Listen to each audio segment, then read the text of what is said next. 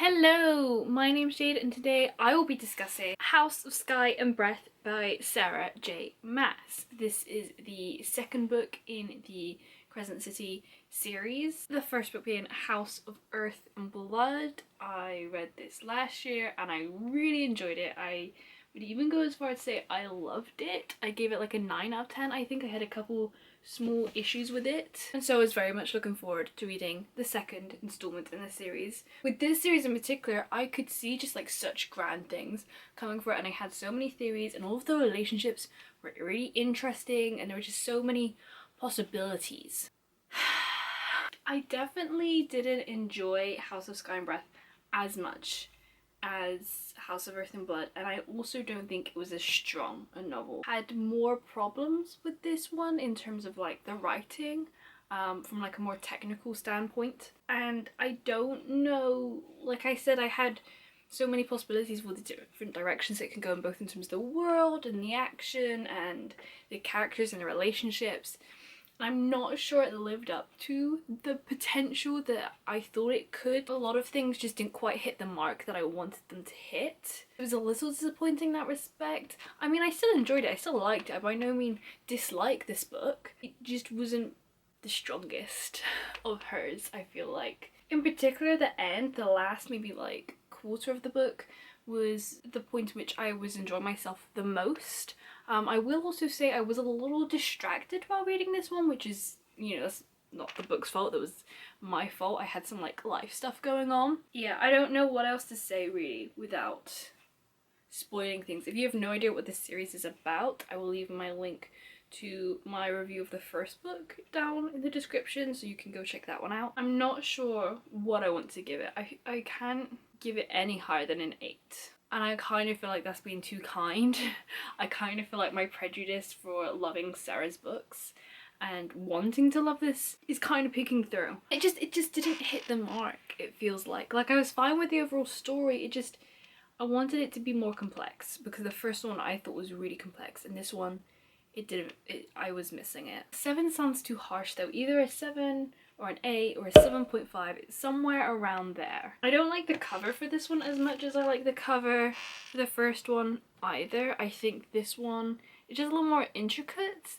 This one, something about it weirds me out and I can't put my hand on why. Also, what is with the snake and the bird? I can't for the life of me remember why the bird was relevant in House of Earth and Blood, and I can kind of see why maybe this snake is relevant, but also like it's not really that relevant, it's just like a metaphor. So why is it there? It's weird how giant this one is compared to House of Earth and Blood when they're more or less the same amount of pages.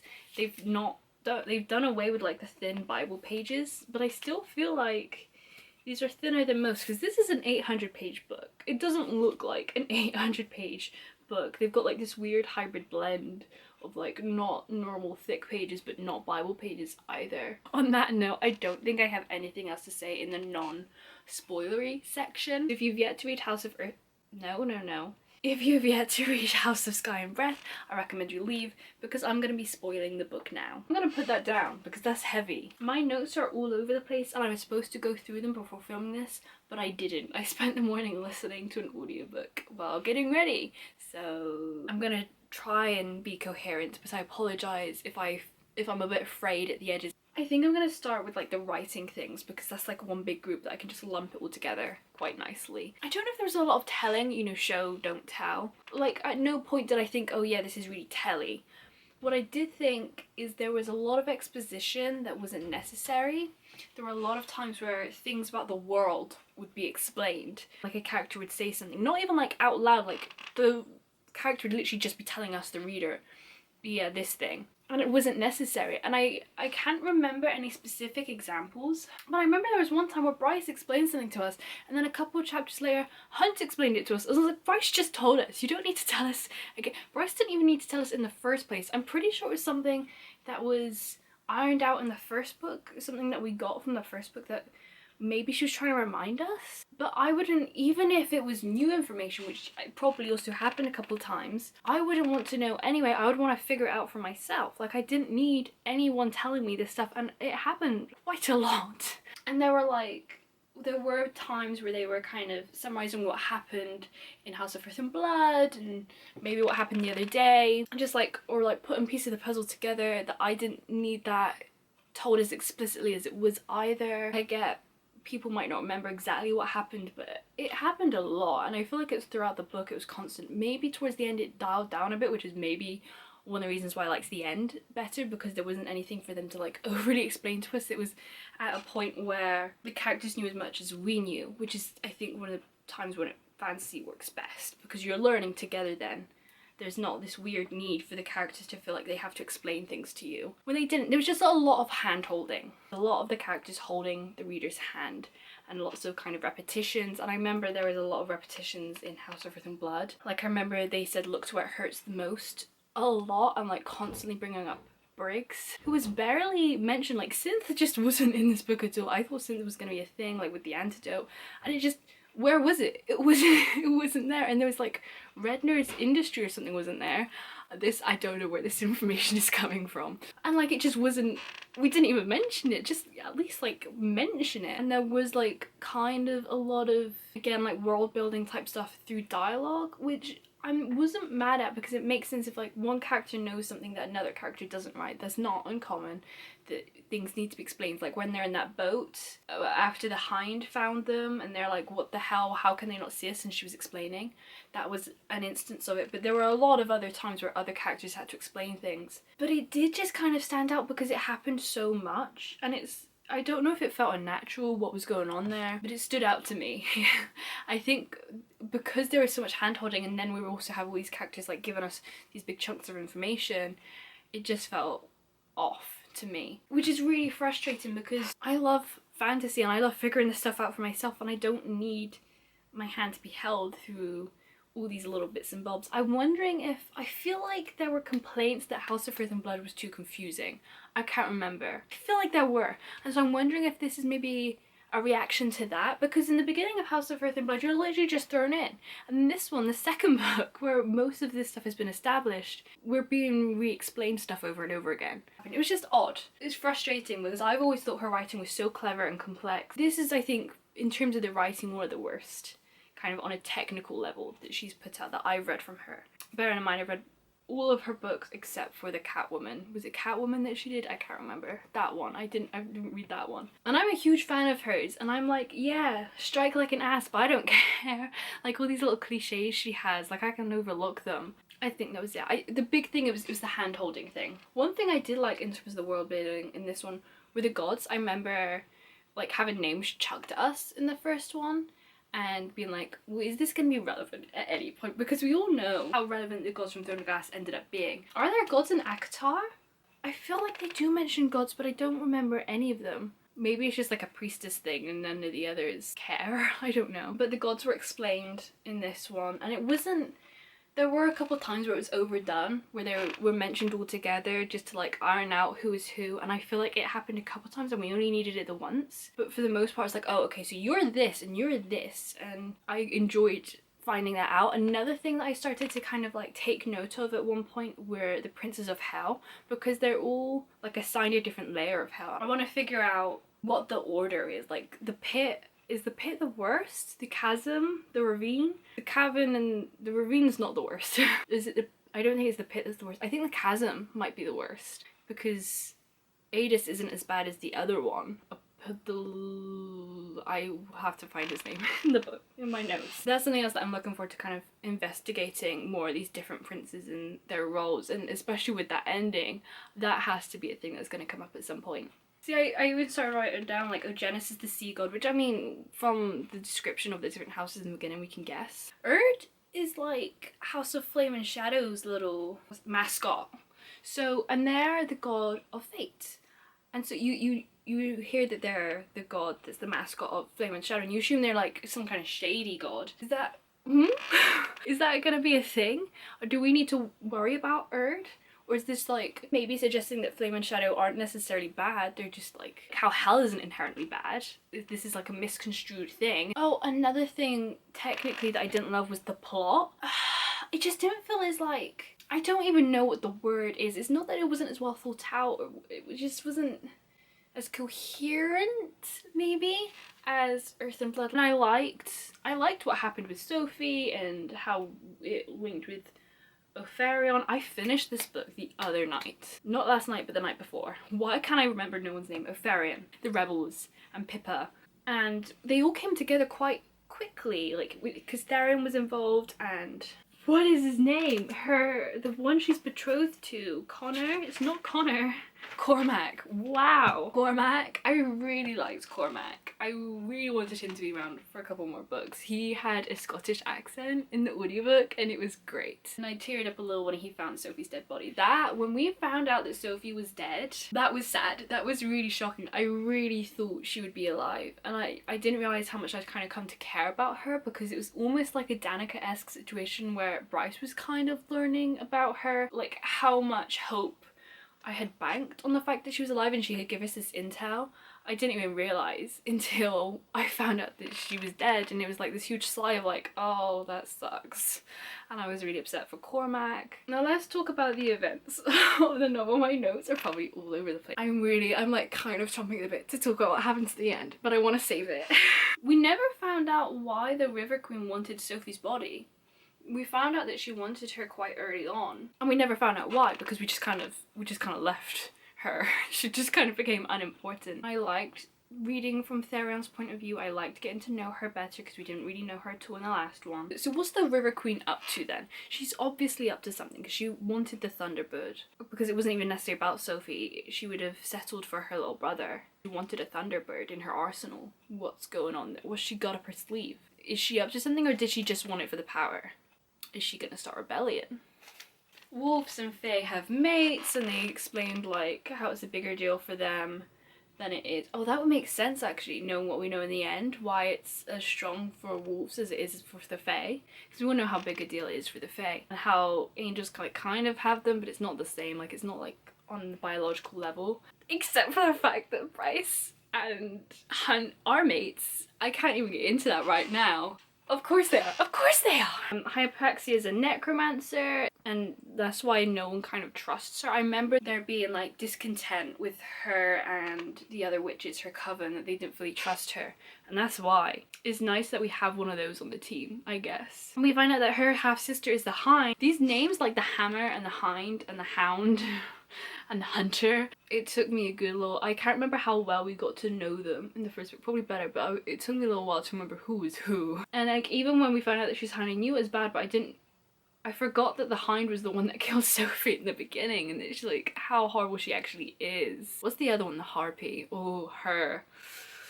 Couldn't stand her. And then obviously we found out that Danica had been emailing Sophie, and as soon as we found out that, we know that Bryce isn't gonna let this go. And it was really nice how she was the only one that cared about the little brother, whose name, Ethaniel? No, that sounds too much like Ethan. She was the only one that cared about him, like, I think Cormac did. When they had that little showdown and he held the knife to her throat in the training ring, I kind of wanted her to tell him where the kid is, because he genuinely seemed to care about the kid. He knew Sophie. He was the one that had the right, if any of you, to look after this kid, and she was right that he needed to be left out of it, but I don't know. I felt bad for him. And we have Mordok, and I was like, who the hell is Mordok? Mordok is the head of the Hinds, Dreadwolves. I had to write it down because I was like, who the hell are these people? What the hell is a Dreadwolf? Are they mentioned in the first one? That's something that one of our characters could have explained to us, or we could have at least seen one. Maybe we did at some point and I didn't notice. You know that Ethan doesn't like them and he thinks they give wolves a bad name. And I still think it's weird that we have all these shifters, but then we have this like big thing of wolves specifically. Why no other animal shifters? I suppose we do with the mirror people as well, and they're also technically shifters. And it turns out all the shifters are technically Fae. We have a little Fae history lesson about Queen Thea and her daughter, and Peleus. Adis explains it to us when we found out that the cat was there and it was on Ethan. I was like, no. Get off him. Leave him alone. I really love Ethan. I remember even in House of Earth and Blood, like having this strong, like protective, like vibe towards him. Like they keep talking about how Hel wanted to fight the Asteri, and I can't remember how much Adis talked about this in House of Earth and Blood. I feel like he always gave like an anti-Asteri vibe, but it was one of those things where Hel kept being like pushed at us that Hel is bad, like it's Hel. But just because they're like scary bad monsters doesn't mean they're bad. They can't help being monsters. So we have this Adis in cat form, I mean, the fact that he never turned into a man, the fact that he stayed as a cat, I mean, that's actually like kind of a giveaway that it wasn't actually Adis. So did we not see Adis in this book then? Was that the only time he popped up? Oh, interesting. Where's he? What's he doing? He had stakes in this. I didn't even consider that possibility until now. Or was he just forgotten amongst it all? See, was this deliberate? If it's deliberate, then it's clever. And I can get really excited and start theorizing. Or was he just like, there was too much and he couldn't make it, just like the synth couldn't make it. But as that's explained to us, it's very firmly kind of confirmed and suggested or whatever that Hel fought against the Asteria with the Starborn, Thea and Helen. I don't know how they pronounce it, probably Helena. And that they want Bryce to command Hel's armies. Then, later on, what was his name? Apollyon, I have it here. He was like, I don't know if he said this when he still hung with the Reapers, which was really scary. I didn't like that very much. But then it ended up being not that big a problem. I mean, Cormac showed up. I really liked Cormac. I'm really sad that he's not coming around anymore. And she killed them, and that was a big deal because you can't kill what's not dead, but she killed it. She's gone. And it makes me think about the shadow fire from Throne of Glass and like how when that would touch something, like it was like gone. And they were talking about how they were getting ready to strike, which again, as the book goes on, makes sense. They're getting ready to defend themselves against the Asteria because the Asteria want to go fight Hel. How they know this, I don't know. Why the hell they didn't tell... Why didn't Apollyon tell Bryce what was going on if he knew? Why couldn't he just tell her? If he wanted her to fight with them, but they don't want to fight against the Asteria, they just want to protect themselves. But if they want her to command the armies, they didn't want her to... That Adis Adis didn't say that. The other one said it. Right. This is... Apollyon doesn't actually want Bryce to fight him. This whole line about commanding Hel's armies was Rigidulus, I can never say his name, twisting them, who eventually end up going to the Eternal City so that they can make her open up the gate to Hel so that they can go fight Hel. Okay. Yeah.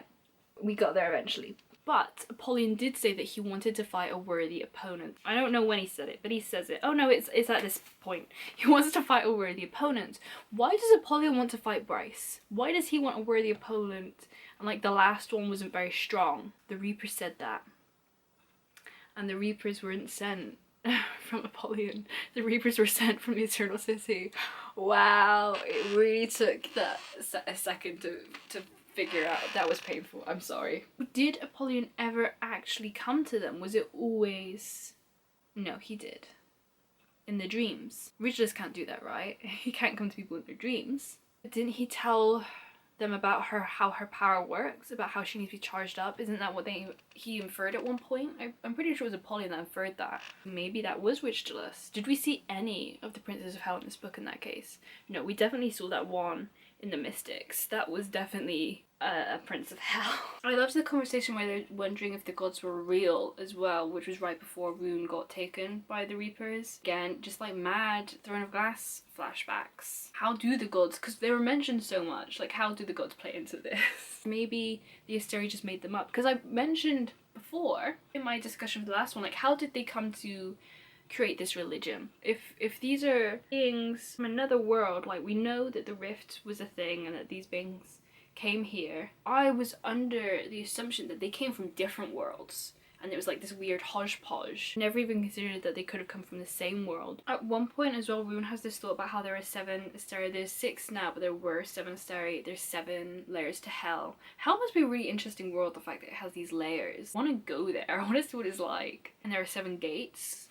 That, we never came to a conclusion with that. That has to mean something. Cormac can teleport, and at first I was like, kind of like Fenris. He couldn't actually teleport long distance, could he? He could just like pop up places. The Underking kind of reminded me of the scary monster things from ACOTAR, and I can't remember. Oh, Bryaxis. Was Bryaxis the one that was in the library? The bone...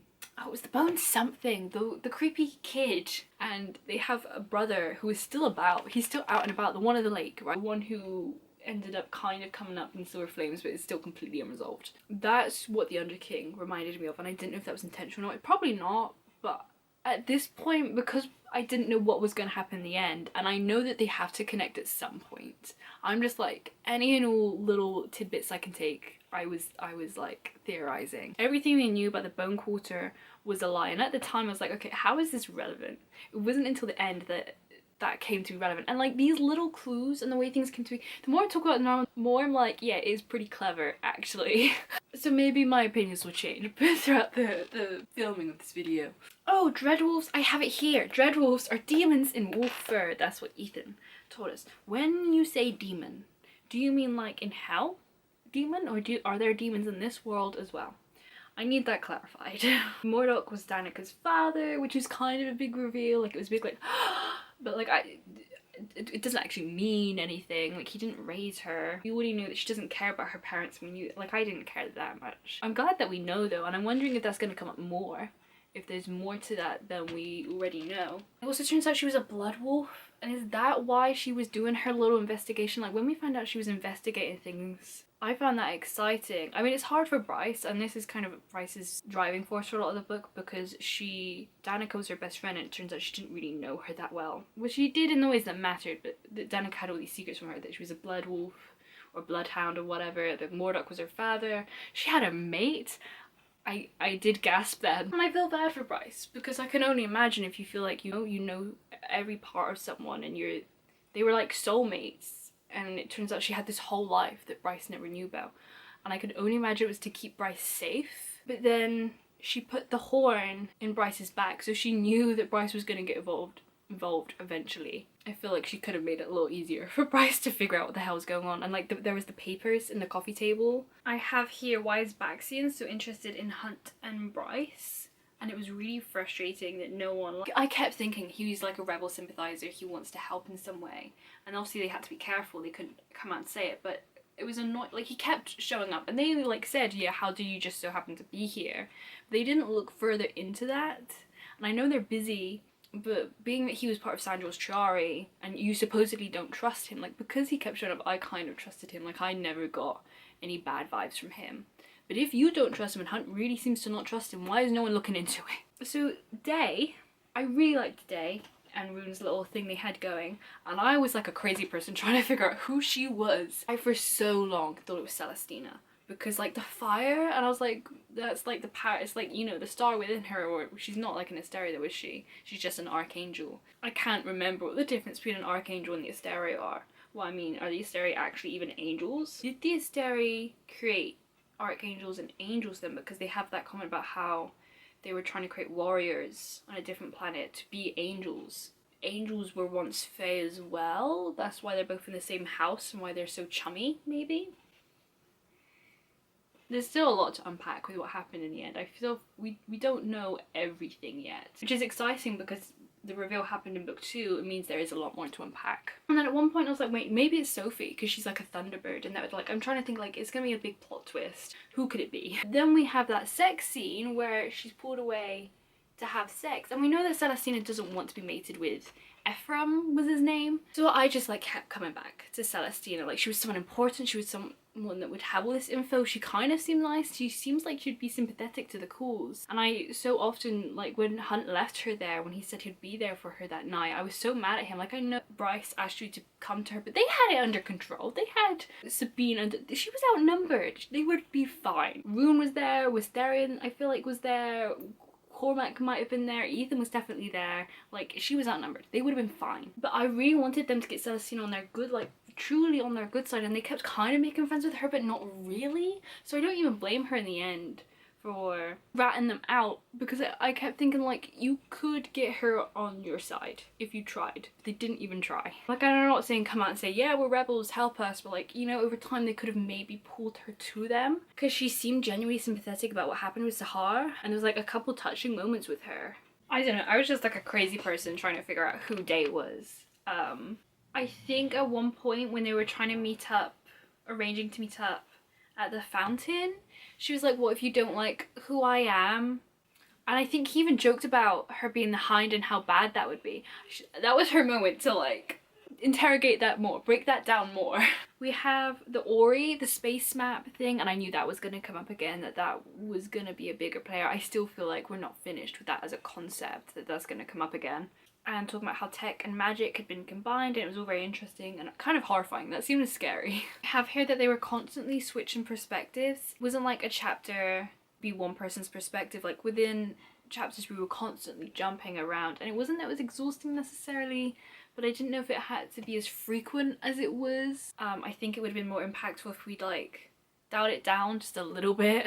And then we find out that Hunt and Bryce are true mates. They were talking about it, like mating, when they're having sex in the gym. The smut scenes in this book, I kind of just like glazed over. Rune and Day was the only one that I think I really cared about. I don't know what it was. I didn't care. This whole animalistic alpha male, I could leave it. I could leave it. But I kind of felt like that was the same with Silver Flames. Like I preferred the smut in Akamath. Whatever, it was there, it was fine. I just kind of got on with it. And then we find out that they're true mates, and they have that like sex scene and their magic joins and she teleports, and I should have caught on then more that like she needed to be charged. And we find out later that her magic kind of works like the gates. We think because she made the drop using the gates that her first light, it just is all a bit different. I mean, we were all like wondering how this would affect her. Now we know how. And Rune himself says that she's a liability. If she's not getting anyone around to charge her up, she's screwed. How's she gonna get back? Actually, why did no one even think? How is she supposed to bring Hel back? I think they assumed because she was going to Hel that Hel could bring her back. The Asteri needed her to open the gates to Hel. Can Hel open gates back to the Asteri's land? I don't think so. Then why the hell is Adis there? Adis in Hel, or is Adis trapped there? How is she supposed to get back? And of course they're true mates. And when they were talking about it during that sex scene, I was like, it's a little soon. Isn't it a little soon? I think it's definitely too soon. But that's why she could always sense his presence, I guess. I also think like these people tend to be able to sense each other's power. So I don't think it's like she could always sense him. I think like everyone can sense him. And the reason why they teleported probably when they're having sex that time in the green room, that time was kind of nice. I did kind of like that time. Was because his lightning was like going all over her and stuff. One of the sprites in the rings turns out it wasn't actually a sprite, it was a dragon, Ariadne. That dragonfire can harm the princes of Hell. Again, that wasn't a throwaway comment, that's gonna come up to play. But we don't think the princes of Hell are bad. So how is that gonna come into play? I'm wondering. Also, why is Flynn so obsessed with her? Like, he is obsessed with her. He's adamant that she needs to come back to them. Are they mates? Are they? I think they might be. Like, mates are these rare things that only happen every once in a while. Have you seen the gif? Oh yeah, Sarah J Maas says that mates only come once every now and then. And then it's like Oprah, you get a mate, and you get a mate, and you get a mate. It's so true. Are Day and Rune mates? Because she smelled different. I think it's when I thought that Flynn and Ariadne were mates. I was like, well, we're on the train. Maybe Day and Rune, maybe that's why they're so obsessed with each other and they just kind of work together. They had sex and then she smelled different and stuff and they're mates. And then we find out that Sophie was dead and I was low-key devastated. And we have a conversation at one point, I think it was with Cormac. I can't remember who he was talking to, I feel like it was Rune. About how lots of people don't like Ophion and they don't like Pippa, but there's no one else to lead, so they just kind of put up with it. It's better to fight against hysteria than do nothing, and they just have to kind of work with these savage people in their savage ways. Obviously, like, alluding to the fact that eventually Bryce is gonna be the one to lead up. Like, there has to be someone to lead up. Someone's gonna have to step up to the plate at some point. That's what that's alluding to, and it's probably gonna be Bryce.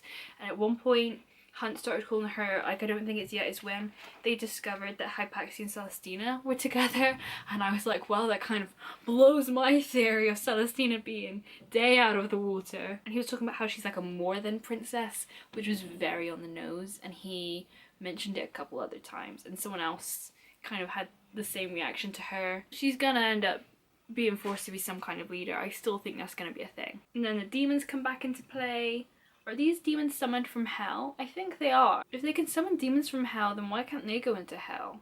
Like, I hope there's, like, reason behind all of this and lore behind all of this. Maybe it's just to do with the magic and, like, the summoning situation. Demons were in Nenya, and I was like, what the hell's Nenya? And it's Celestina's old territory. I don't know why they were there. Then I have here that Adis wants Bryce to open a rift, question mark. I think this was Hunt's theory. I still don't know if those dreams of the Princess of Hell were real or not. I don't know what to think about that. I cannot remember where I left off. My camera died and I have no idea what to say now. So I'm just going to continue on with the notes to find out about Hypaxia and Celestina.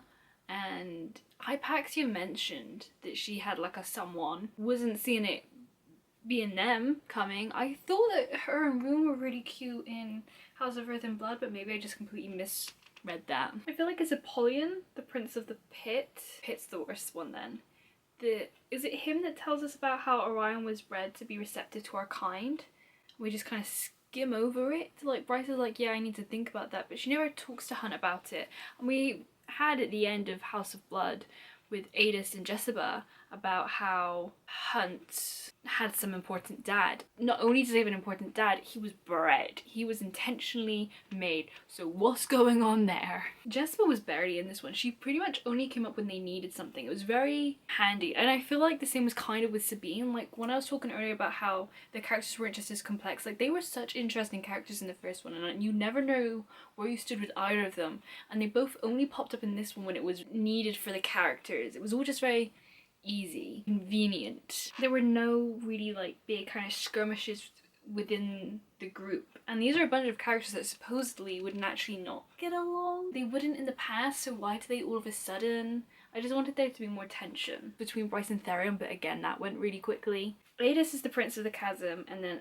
Thanatos, which was the scary one that we saw in the Mystics section, is the Prince of the Ravine. We also find at one point that Erd weaved between worlds, which would imply that Erd is real, and that the Reapers crossed worlds as well. What's up with that? Where did they come from? Did Erd come from the same world that the gods from Throne of Glass came from? How did the gods from Throne of Glass end up in the Throne of Glass world? They got stuck there, but why were they there in the first place? I can't remember. Could that link in any way? I'm desperate for Throne of Glass to like be involved as well. It's my favourite of her series. And like the Reapers, where did they originally come from? Are they anything to do with the scary siblings from Akatar? Where is their home world, if that's the case? And if Erd is a real life thing, not something the Asteri just made up to like dominate them, does she have a role to play in this? Are they gonna help fight against the Asteri? I don't know, there's a lot of possibility there. We found out that Danica and Baxian were mates, that Synth was just a cover-up. She was only looking into that to cover up the fact that she was looking into their ancestry. It was kind of bounced around that she might be a rebel or a rebel sympathizer for a long time, and it's like still deemed this really taboo bad thing. And I was like, guys, why you don't like the Asteri? Why is it such a shocking bad claim? It's a really noble call, and I thought she was a rebel in House of Earth and Blood, and I remember thinking like, oh, maybe she's not then, I guess. But she is. She kind of is. Well, she's not really a rebel. I think it was the same as what Bryce said at the end about how she's not necessarily a rebel. She just wants to know the truth. And that's, I think, what was going on with Danica. And that she was actually killed for her real research is what Baxian suspected, and then in the end we have it confirmed. Again, the synth was just a cover-up for why they had her killed, because they knew she was getting onto things, and actually the Asteri, turns out, were controlling Micah the whole time like a little puppet. And at this whole time they'd kind of been messing with Bryce, coming to her as these princes of hell. Well, they must have known that she'd had a relationship with Adis beforehand then. Were they Adis in the past? Has she ever spoken to Adis before? Like, so many possibilities.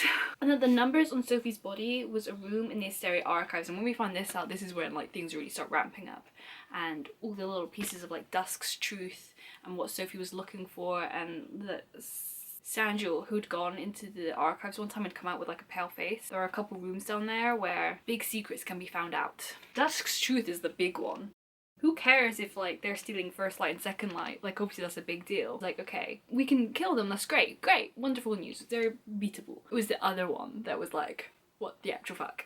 I thought it was gonna be something about when the Vanir come over, something along the lines of like, confirming that Parthos was real. I mean, there's still dead things in Parthos. Hypaxia said that she's in contact with people that knew of Parthos. I'm wondering if that's going to come into play at some point.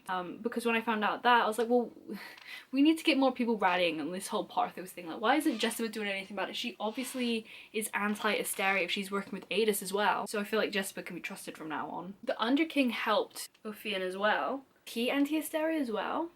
Because I was going to say, but her allegiance is to the Underking and he was kind of shady the whole time. But he turned them over to the rebels. Although I would also get the impression that his allegiances can be swayed depending on whoever is going to help him the most. But I thought it'd be something about like the Vanir coming over. Like I was along the right lines. I just didn't see it being anything of that magnitude. We also find out that that trapped wolf is a Fendir and she could be the new Prime apparent. And we're thinking maybe Sabine had a brother, and maybe that brother was exiled rather than killed when they fought for like who's gonna be Prime Apparent, I can only assume, and that he had a kid. And I'm thinking that Ethan and this chick are mates, because there was like a really strong reaction. And now Sabine's gonna try and kill him. Why doesn't the Prime do anything? If the Prime's the Prime, why doesn't he get Sabine back under control? Like, if he's not actually in control, then it's all for nothing. Why doesn't he like stop her from trying to kill the new Prime? I don't understand. Oh, and then Therion, he's more or less blood sworn to the Viper, right? It doesn't say it in that terms, but he was talking about like an elastic band that he knew would snap back to her, and how he would like just agreeing with what she said and he couldn't control it, which for the next book means that he's not going to be able to help our crew because he's too busy being sworn to the Viper Queen. Has her own little thing going. She's not as strong as the Asteri, but underneath them she seems to be the most powerful within Crescent City, definitely. Like no one will mess with her. If she's not on the Asteri's side, I'm wondering if she's going to try and like create her own little pocket of power and she's not going to want to mess with the rebellion because she's happy with the way things are. And then there's a conversation right before we go into the Eternal City, I think, between Rune and Bryce, and Rune saying that the king's been king long enough and that Bryce needs to kind of boot him from his throne and take over because she's got more power than he does. But obviously that's just kind of thrown in really quickly before they go invade the Eternal City, and we don't get to dwell on it very long. And like, why didn't you tell her this sooner? This was not the time. Obviously, being the way things ended, I don't know if that's ever going to come about, or if we're just going to go, you know, to the source of the problem. I don't know. She said that Rune should do it, and I think it's her heart's not in it, so I don't know if she would make a good, you know, ruler for the Fae specifically, because she doesn't care about the Fae that much. I think Rune would be a better ruler, and he kept having all this like self-doubt. He needs some talking to. There's definitely a lot going on with him. He feels really worthless and stuff, and no one knows that he feels this way. It's not healthy. I'm worried about how that's gonna manifest itself and what road we're going down there. And then we have like the whole end where they go into the Asteri. So we found out that the Asteri are powered by First Light as well as the Second Light, and that's probably, they implemented this system in the Brown Quarter to like milk every last drop of power they can. There was a conversation earlier about how the souls would actually end up somewhere nice. Like there was a different system beforehand. I think Hypaxia was telling Bryce about it from her dead chums. I'm wondering if it's like the same place that the dead people go from the other worlds. I just vividly remember Dorian summoning, was it Kaltain? And him trying to ask her, what's it like wherever you are? And they summon a lot of dead people in Thornagas actually, and she wouldn't tell him. And then we have the whole spiel about how the Asteri move from planet to planet, just like sucking the life out of all the creatures there. My first gut reaction was, are there more Asteri then? Are there more of these beings, whatever these beings are? Because I don't think they're, I mean, they might be angels. And this power of the star, do they actually have the power of the star? Or is it only because they're sucking all this First Light and Second Light in? Where is their original homeland as well? Bryce was trying to find out and she never found out. And he said, Ridgela said that they're so old that they don't even know where they came from. They lost Hell, they tried to go there I think, and Hell was like, no, we're not having this, I think. And at one point it's like, are Hell, like the demons and whatnot, it just kept making me think of the Valg. But it seems like Hell actually has a conscience, and Valg don't have consciences, so never mind. And the Asteri are trapped there because the gates shut, the rift was shut, and they were trapped there. Was it Hell that shut the gate? Hang on. 761. It's all dropped on us at the very end. Oh, okay, let's back up. I want her to reopen the rifts, we know that. He says, you are starborn and have the horn bound to your body and power. Your ancestors wielded the horn and another Fae object that allowed them to enter this world. The harp. Immediately, I was like, it's the harp. It's Nesta's harp. Well, not Nesta's harp, but it's the harp. And it, like, the fact that they're both instruments, like, then why do they need two things that do the same thing? That's the only thing I'm thinking. Because the mask and the what was the other thing? Whatever the other thing was, they're pretty different. They all have distinct jobs. Whereas the harp and the horn seems like they do, well, no, because the harp can make you go between worlds, but the horn actually opens like portals to make mass people through, whereas the horn will only let a select few through. I'm assuming. I figured it out. Don't worry, I figured it out. You know, ancestors, and that's so, she's of their world.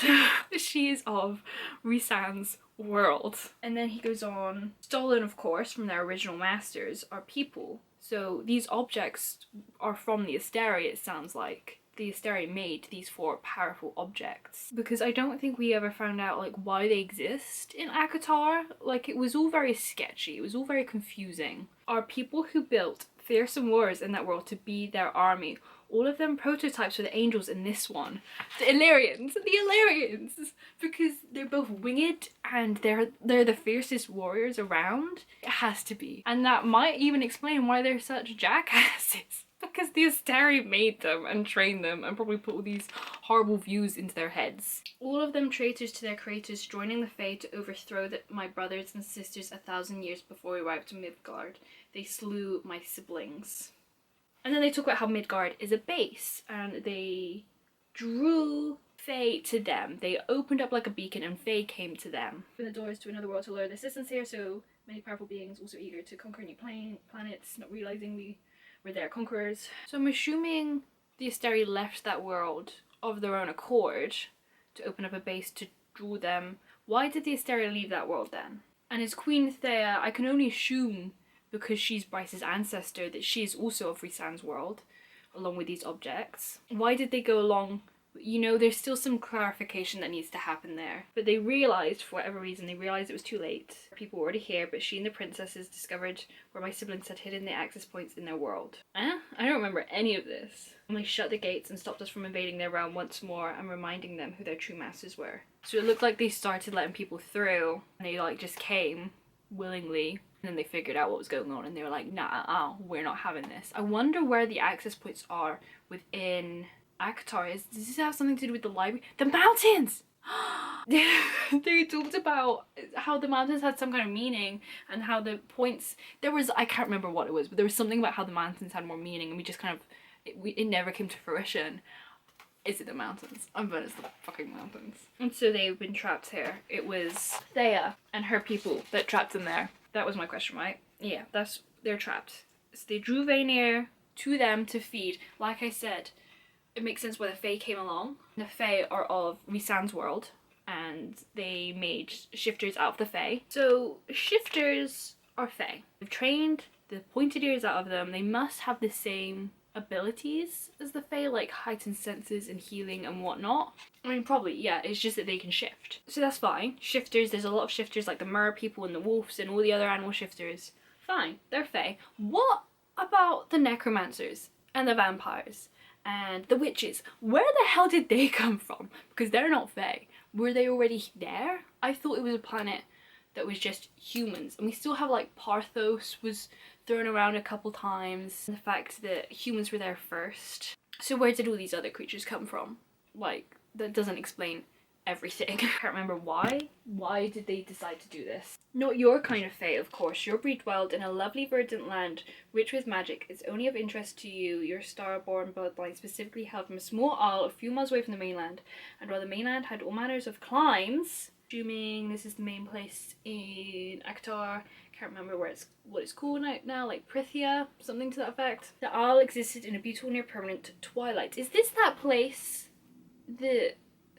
Oh, I can't remember any of their names, but 2 people ran away to be hidden. Is it that place? Is that where she comes from?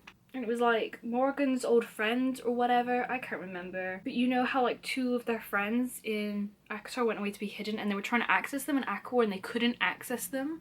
Or was it in... Yeah, I'm pretty sure in Akawar. There, maybe? Only a select few in the entirety of your world could shift from their humanoid forms to animals. And I was thinking like, I can't think of any Fae from ACOTAR that can shift into animal forms. Like obviously the High Lords can shift into like beasts, but I don't think that counts. Whereas in Throne of Glass, it's really not uncommon at all for Fae to be able to shift into an animal form. The Midgard shifters were Fae from a different planet. All the Fae in that world shared their form with an animal. And that can't be Throne of Glass because not all Fae in Throne of Glass can shift.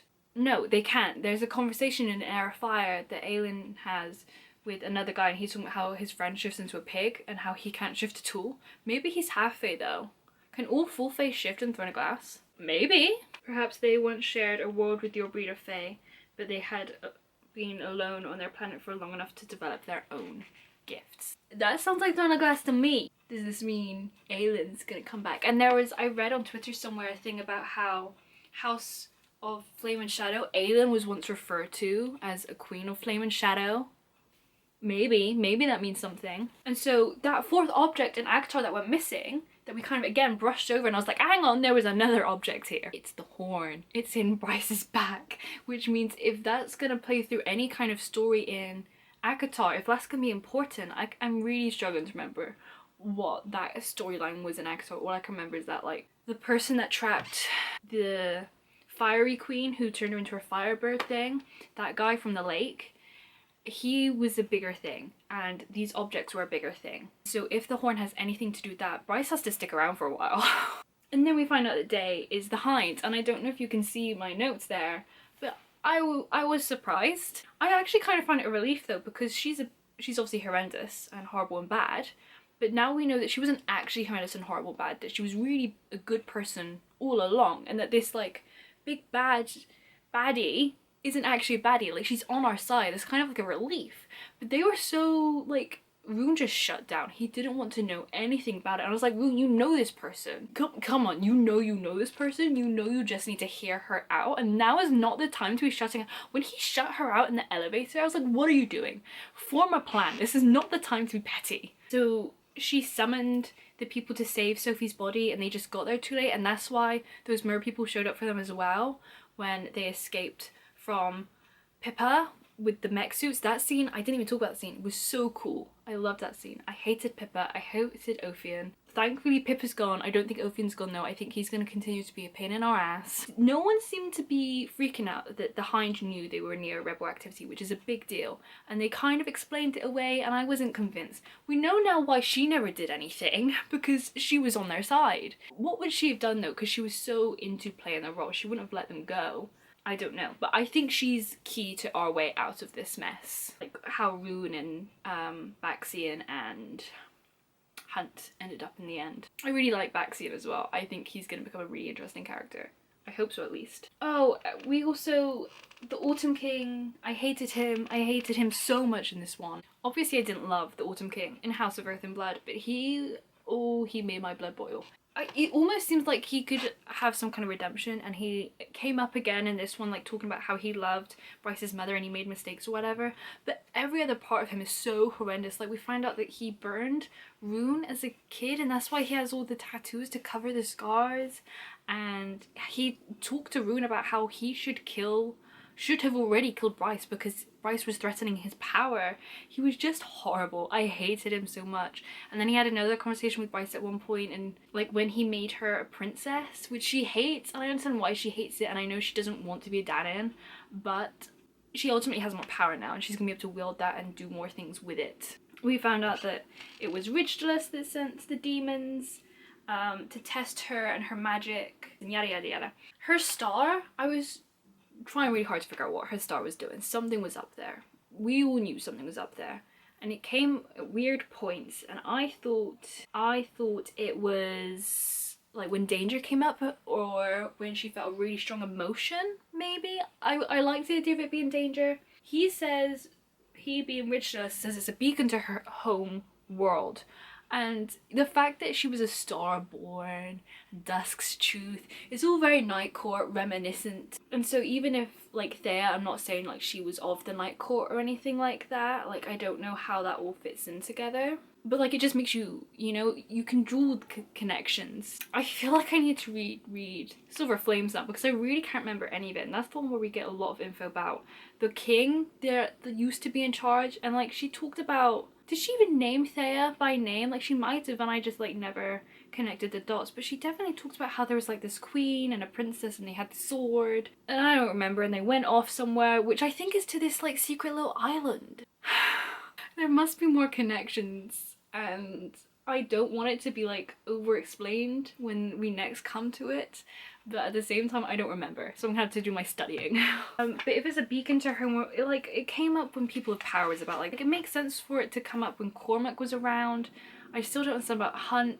That didn't make very much sense to me. And then obviously she goes through the portal, there's the river and the lawn of like nicely manicured grass. I was like, well, we're obviously not in hell. This cannot be hell. And she's convinced she's in hell. And we the river, and I was like, I wonder where she's gonna be. But if she wanted to go to hell, and if Richardus wanted her to go to hell, did he mention at one point about sending her back to where her ancestors came from? I feel like he did. But it seems like he wanted to go and fight hell. Oh, it must have been Apollyon in the dreams, because they kept saying about how they were preparing, and that's because they're defending themselves against hell. Okay, so it was Apollyon in the dreams. I need to like reread some of those sections. Anyway, why did she go? Why is she there? Was it like her magic just sent her there because it was going home? That's the only thing I can assume. And then we have the scaled armors. There's like a mention of wings and 20 eyes. I'm like, okay, long hair or scarred hands, long hair or scarred hands. And then we find out scarred hands, and I just wrote in all caps, Azrael. And then she pulls out the sword, and I forgot that the sword looked black. I can't remember what the twin sword, I can't remember what the twin sword is called. I can't remember who wields it. I feel like Azrael pulled it out. Was that made of black as well? And her star sword is Gwydion, the lost sword. I remember there being a lost sword.